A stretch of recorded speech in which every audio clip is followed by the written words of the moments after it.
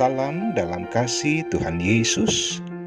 Kembali menjumpai sahabat rehat di mana saja berada saat ini melalui program rehat Renungan Harian Thoraya edisi 6 September 2022. Sahabat rehat yang dikasihi Tuhan Yesus, mari dengan penuh kerendahan hati kita berikan tempat bagi Allah untuk berbicara bagi kita dari dalam firman-Nya. Karena itu, mari berdoa. Bapa di sorga, berbicaralah kepada kami.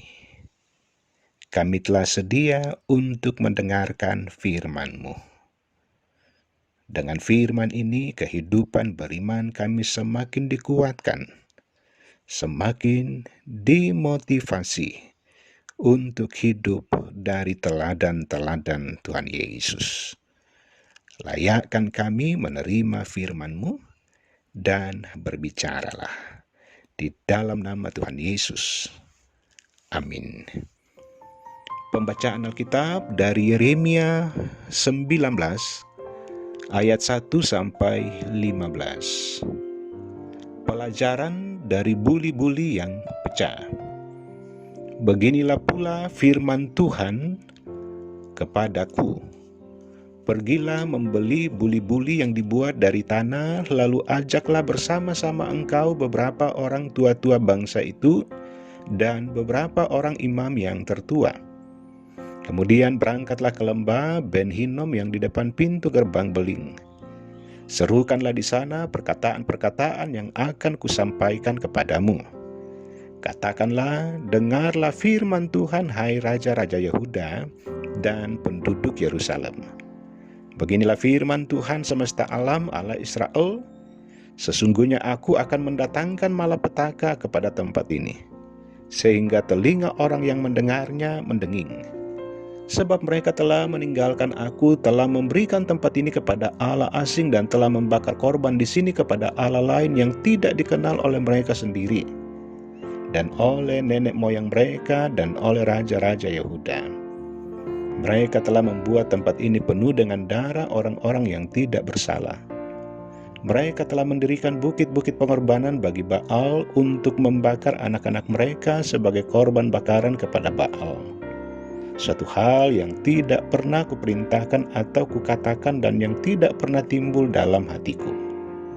Sebab itu sesungguhnya waktunya akan datang, demikianlah firman Tuhan, bahwa tempat ini tidak akan disebut lagi Tofet dan lembah Ben Hinnom, melainkan lembah pembunuhan. Aku akan menggagalkan rancangan Yehuda dan Yerusalem di tempat ini, dan aku akan membuat mereka reba oleh pedang di depan musuh mereka dan oleh tangan orang-orang yang ingin mencabut nyawa mereka. Aku akan membiarkan mayat-mayat mereka dimakan oleh burung-burung di udara dan oleh binatang-binatang di bumi. Aku akan membuat kota ini menjadi kengerian dan menjadi sasaran suitan. Setiap orang yang melewatinya akan merasa ngeri dan bersuit karena segala pukulan yang dideritanya. Aku akan membuat mereka memakan daging anak-anaknya laki-laki dan daging anak-anaknya perempuan. Dan setiap orang memakan daging temannya dalam keadaan susah dan sulit yang ditimbulkan musuhnya kepada mereka dan oleh orang-orang yang ingin mencabut nyawa mereka.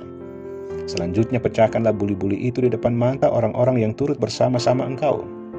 Katakanlah kepada mereka, beginilah firman Tuhan semesta alam. Demikianlah akan kupecahkan bangsa ini dan kota ini seperti orang memecahkan tembikar tukang priuk, sehingga tidak dapat diperbaiki lagi. Dan Tofet akan menjadi tempat penguburan karena tidak ada tempat lain untuk menguburkan. Begitulah akan kulakukan kepada tempat ini, demikianlah firman Tuhan, dan kepada penduduknya. Aku akan membuat kota ini seperti Tofet.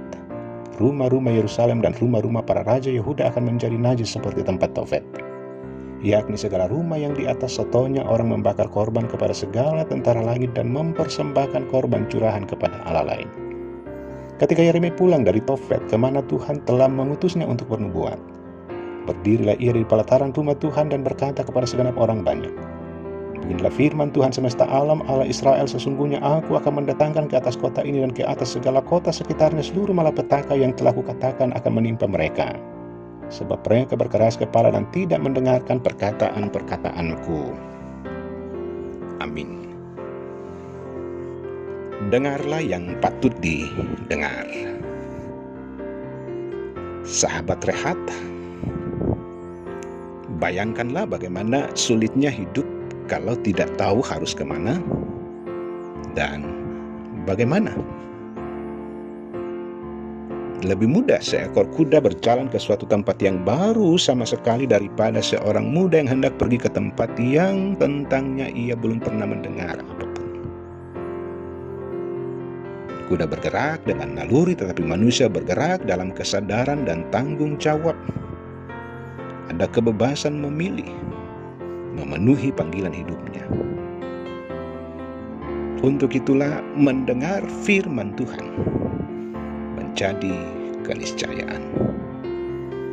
Sahabat Rehat, tidak mendengar dia akan mendatangkan hukuman, yakni hukuman sebagai wujud lain dari kasih yang agung, kasih yang tidak membiarkan umat menjadi binasa selamanya. Gambaran dari hukuman-hukuman yang amat mengerikan disampaikan melalui nubuat Nabi Yeremia. Puncaknya dengan munculnya sifat dan tindakan kanibal di mana manusia memakan daging manusia. Lihat di ayat 9. Sesungguhnya ini adalah gambaran masyarakat yang tidak bisa memperbaiki diri lagi, yang oleh Yeremia katakan menjadi seperti tembikar yang pecah. Gambaran yang sedemikian mengerikan itu bukan muncul sekonyong-konyong, melainkan sebagai akibat dari sikap yang tidak mendengar dan kekerasan hati umat yang sangat disayangi Allah. Sikap tidak mendengar telah melahirkan kehidupan beragama yang rusak sama sekali. Penyembahan kepada ilah lain, penyembahan dengan mengorbankan anak sebagai bentuk persembahan. Sahabat Rehat yang dikasihi Tuhan Yesus, hidup tidaklah mungkin tanpa mendengar firman Tuhan. Sebagaimana semboyan reformasi sola scriptura, bahwa hanya dengan firman Tuhan. Penting untuk terbuka dan sedia mendengarkannya, supaya menuntun kita untuk terus bertumbuh dalam hidup yang semakin berkenan kepadanya. Dengan firman Tuhan kita bisa membangun kehidupan pribadi, kehidupan lingkungan, masyarakat kita untuk semakin memuliakan Tuhan. Karena itu dengarlah yang patut didengar. Amin. Mari berdoa.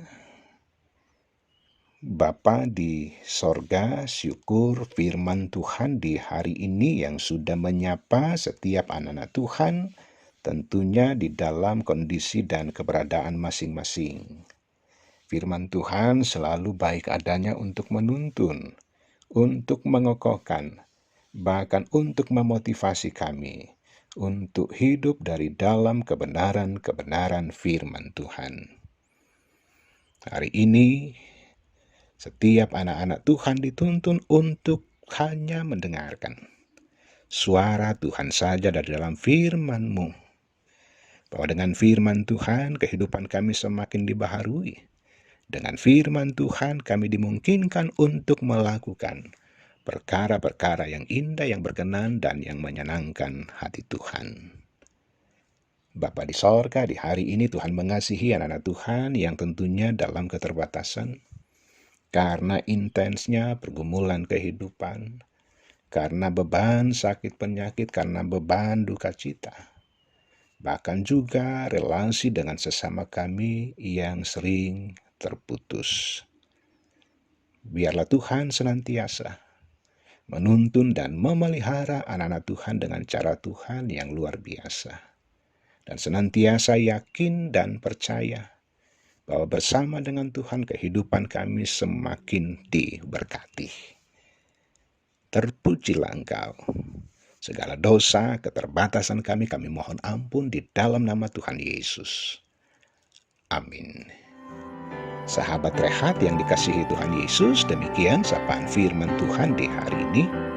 Maju terus di dalam Tuhan. Tuhan Yesus memberkati.